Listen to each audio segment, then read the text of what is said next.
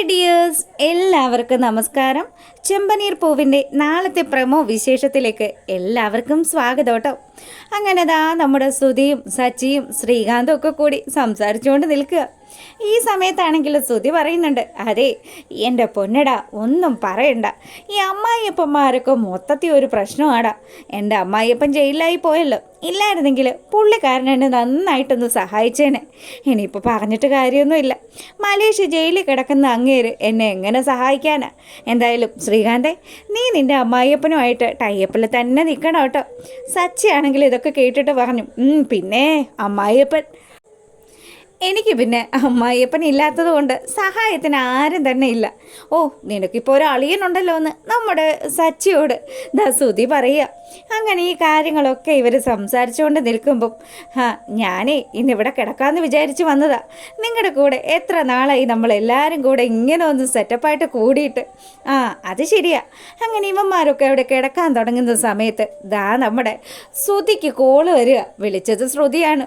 അപ്പോൾ ശ്രുതി പറയുന്നുണ്ട്, അതെ നിങ്ങളിതെന്താ ഇത്ര നേരമായിട്ടും റൂമിലേക്ക് വരാത്തത്? ശ്രുതി, ഞാനേ സച്ചിയോടും അതുപോലെ ശ്രീകാന്തിനോടും ഒക്കെ സംസാരിച്ചുകൊണ്ട് നിൽക്കുമായിരുന്നു. ഓ, നിങ്ങൾക്ക് സച്ചിയോട് എന്താ ഇതിനു വേണ്ടി സംസാരിക്കാനുള്ളത്? മര്യാദയ്ക്ക് റൂമിലേക്ക് വന്നേ ശ്രുതി. എത്ര നേരമാ നിങ്ങളെയും കാത്ത് ഞാൻ റൂമിലിരിക്കുക. അവളുമാർക്കൊക്കെ എന്ത് അഹങ്കാരമായിരുന്നു. ശ്രീകാന്തിനെ ഇപ്പം തന്നെ വിളിച്ചു വരുത്തുമെന്ന് പറഞ്ഞ വർഷ റൂമിലേക്ക് പോയത്. അപ്പം ശ്രുതി പറയുന്ന കാര്യങ്ങളൊക്കെ കേട്ട് കഴിഞ്ഞപ്പം ശ്രുതി പറയുന്നുണ്ട്, എൻ്റെ പൊന്നു ശ്രുതി, നീ ഒച്ച ഉണ്ടാക്കല്ലേ, ഞാൻ റൂമിലേക്ക് വരാം. ഒരു കാര്യം ഞാൻ പറയാം, ആ സച്ചിയായിട്ടുള്ള കൂട്ടുകെട്ടൊന്നും അത്ര നല്ലതൊന്നും അല്ല. അല്ലെങ്കിലും ശ്രുതി എന്തിനാ അവനോട് ഇത്രയും സംസാരിക്കുന്നത്? നമ്മളാരും ഉദ്ദേശിക്കുന്ന പോലെ ഒന്നും അല്ല ഇവിടെ ഇപ്പോൾ കാര്യങ്ങളൊക്കെ നടക്കുന്നത്. നിങ്ങൾക്കറിയാലോ, നിങ്ങളുടെ അനിയൻ ശ്രീകാന്ത് അവൻ്റെ ഭാര്യയൊക്കെ ഭയങ്കരമായിട്ട് സച്ചിയും രേവതിയും ഒക്കെ സപ്പോർട്ട് ചെയ്യുന്നുണ്ട്. എനിക്കതൊന്നും തീരെ ഇഷ്ടപ്പെടുന്നില്ല. ഞാൻ എപ്പോഴും ആൻറ്റിയുടെ വശത്താണ് നിൽക്കുന്നതെന്ന് ശ്രുതി പറയുക. എൻ്റെ പൊന്ന് ശ്രുതി, നീ അധികം പ്രശ്നമൊന്നും ഉണ്ടാക്കല്ലേ, ഞാനിപ്പോൾ തന്നെ റൂമിലേക്ക് വരാടിയെന്ന് പറഞ്ഞു. അതിന് പിന്നാലെ തന്നെ നമ്മുടെ വർഷയുടെ കോള് വന്നു. അപ്പോൾ നമ്മുടെ ശ്രീകാന്ത് പറയുന്നുണ്ട്, എന്താ വർഷേ? അതെ ശ്രീകാന്ത് ഒന്ന് റൂമിലേക്ക് വന്നേ, എനിക്ക് ഉറക്കം വരാൻ തുടങ്ങി. ഞാനിവിടെ സച്ചിയേട്ടനോടും അതുപോലെ ശ്രുതിയോടും ഒക്കെ സംസാരിച്ചുകൊണ്ട് നിൽക്കുക. ഞാൻ ഇച്ചിരി കഴിഞ്ഞ് വന്നാൽ പോരെ എന്ന് ശ്രീകാന്ത് ചോദിച്ചതും, അതൊന്നും പറ്റത്തില്ല, ഇപ്പം തന്നെ റൂമിലേക്ക് വരണം കേട്ടോ. എനിക്ക് ഉറക്കം വരുന്നുണ്ട്. അതിന് നീ കിടന്നോ? ഞാനിവിടെ ഈ നേട്ടന്മാരുടെ കൂടെ കൂടിയാലോ എന്ന് ആലോചിക്കുക. ശ്രീകാന്ത്, ചുമ്മാ എന്നെ ദേഷ്യം പിടിപ്പിക്കല്ലേ എന്ന് വർഷ പറഞ്ഞതും, എൻ്റെ പൊന്നേ, ഞാൻ ഇപ്പം തന്നെ എത്തിക്കോളാന്ന് പറഞ്ഞ് ശ്രീകാന്ത് ഫോൺ വെച്ചു. അതിനുശേഷം സച്ചിയോട് പറഞ്ഞു, സുധിയേട്ടൻ പോയി, ഇനിയിപ്പോൾ ഞാനും കൂടെ റൂമിലേക്ക് പോവാം. ഞാൻ അവിടെ ചെന്നില്ലെങ്കിലേ അവൾ സമ്മതിക്കില്ല. അങ്ങനെ എല്ലാവരും പോയതിന് ശേഷം നമ്മുടെ സച്ചി അങ്ങനെ നിൽക്കുക. അപ്പോൾ സച്ചി ഇങ്ങനെ ആലോചിക്കുന്നുണ്ട്, ഷേടാ, ഇവന്മാരൊക്കെ ഭാര്യമാർ വിളിച്ച പാടെ തന്നെ അങ്ങ് ഇറങ്ങി ഓടിയല്ലോ. എന്തു ധൈര്യത്തിലാണ് ഇത്ര നേരം സംസാരിച്ചുകൊണ്ട് നിന്നത്. ആരെയും ഒരു പേടിയില്ല എന്നൊക്കെ പറഞ്ഞിട്ട് അവളുമാർ വിളിച്ചപ്പോൾ പുല്ല് പോയ പോലെ പോവല്ലേ. എനിക്കും ഉണ്ടൊരു ഭാര്യ, അവളെന്താ എന്നെ വിളിക്കാത്തത്? അവളോടൊന്ന് വിളിച്ച് ചോദിക്കണമല്ലോ എന്ന് പറഞ്ഞ് നമ്മുടെ സച്ചി രേവതിയെ വിളിക്കുക. ഈ സമയമാണെങ്കിൽ രേവതി എല്ലാ ജോലികളും ഒക്കെ കഴിഞ്ഞതിന് ശേഷം അവിടെ ഇരുന്ന് പൂമാല കെട്ടിക്കൊണ്ടിരിക്കുക.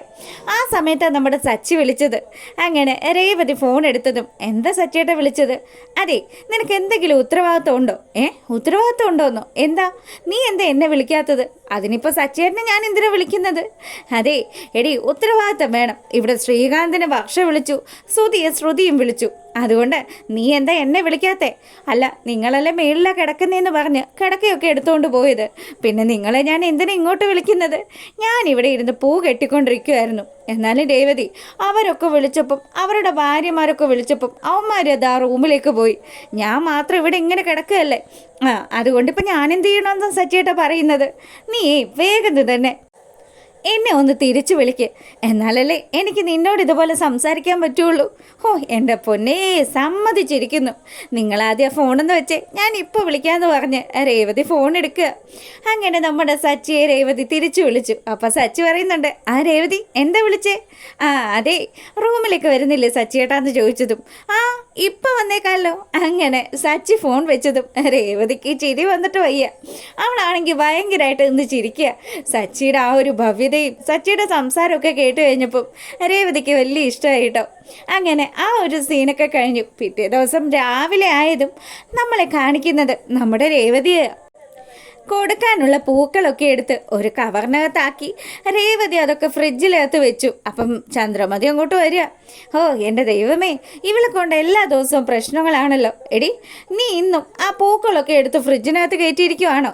അതെ, ഈ വീട്ടിൽ മൊത്തം പൂക്കളുടെ നാറ്റമാണ്. അതെ അമ്മേ, എന്തിനാ ഇങ്ങനെ പറയുന്നത്? പൂക്കൾക്ക് നാറ്റമാണെന്ന് അമ്മയോട് ആരാ പറഞ്ഞത്? നല്ലതും ചീത്തയൊന്നും അമ്മയ്ക്ക് തിരിച്ചറിയാൻ പറ്റുന്നില്ലേ? ദേ പെണ്ണെ, അധിക പ്രസംഗം കുറച്ചോളാൻ പറഞ്ഞ് ചന്ദ്രമതി ദേഷ്യപ്പെട്ടതും രേവതിയാണെങ്കിലോ, ഞാനേ അത്യാവശ്യമായിട്ട് ഇതൊക്കെ ഒന്ന് കൊടുക്കാൻ പോവാ. പിന്നെ അമ്മേ, ഞാനേ ഫ്രിഡ്ജിൽ കുറച്ച് പൂക്കൾ വെച്ചിട്ടുണ്ട്. ആരെങ്കിലും ആവശ്യക്കാർ വരികയാണെങ്കിൽ അമ്മ അതൊന്ന് എടുത്ത് കൊടുക്കുമെന്ന് ചന്ദ്രയോട് ചോദിച്ചതും ചന്ദ്ര നിന്ന് കണ്ണുരുട്ടാൻ തുടങ്ങിയില്ലേ.